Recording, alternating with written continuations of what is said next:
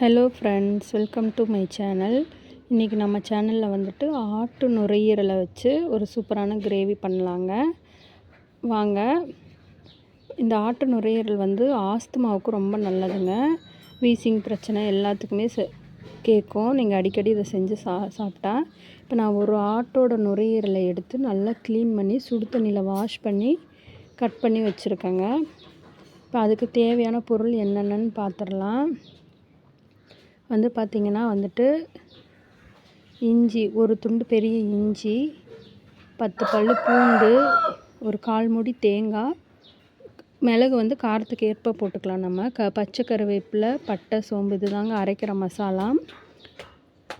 அதுக்கடுத்து பார்த்திங்கன்னா தாளிக்கிறதுக்கு சின்ன வெங்காயம் பொடி பொடியாக நறுக்கி ஒரு 150 கிராம் நறுக்கி வச்சுருக்கேன். 2 பச்சை மிளகாய், பச்சை கருவேப்பிலை, பட்டை, பிரிஞ்சி இலை இதுதாங்க தாளிக்கிறதுக்கு. இப்போ நம்ம அரைக்கிற பொருளை அரைச்சி எடுத்துக்கலாம். பட்டை, சோம்பு, ஒரு 1/4 மூடி தேங்காய் கம்மியாகவே போட்டுக்கோங்க. அதுக்கடுத்து மிளகு உங்களுக்கு எவ்வளோ காரம், உங்களுக்கு நல்லா மிளகு காரம் ரொம்ப பிடிக்குன்னா மிளகு கொஞ்சம் எச்சாவே போட்டுக்கலாம். இதுக்கு நம்ம மிளகாத்தூள் போடுறதில்ல.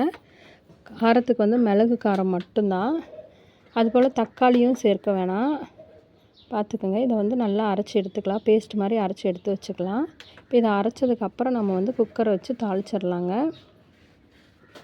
வாங்க பார்த்துடலாம். நல்லா பேஸ்ட் மாதிரி அரைச்சி எடுத்தாச்சுங்க. எடுத்ததுக்கப்புறம் குக்கரை வச்சுட்டு குக்கரில் எண்ணெய் விட்டுட்டு நல்லெண்ணெய் விட்டுக்கலாங்க. நான் நல்லெண்ணெய் விட்டு தான் செய்கிறேன். இப்போ இது நல்லெண்ணெய், மிளகு இதெல்லாம் தாங்க சளிக்கு ரொம்ப கேட்கும், நல்லாயிருக்கும்.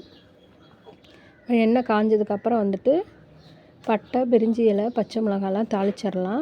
இப்போ இது தாளித்ததுக்கப்புறம் நம்ம சின்ன வெங்காயம் நறுக்கி வச்சுருக்கிறத சேர்த்துக்கலாம். இப்போ சேர்த்துட்டு நல்லா வதக்கிக்கலாங்க. கருவேப்பிலை போட்டு நல்லா வதக்கிக்கலாம். நல்லா வதக்குனதுக்கப்புறம் நம்ம க்ளீன் பண்ணி வச்சுருக்கிற ஆட்டு நுரையீரலை சேர்த்துக்கலாம்.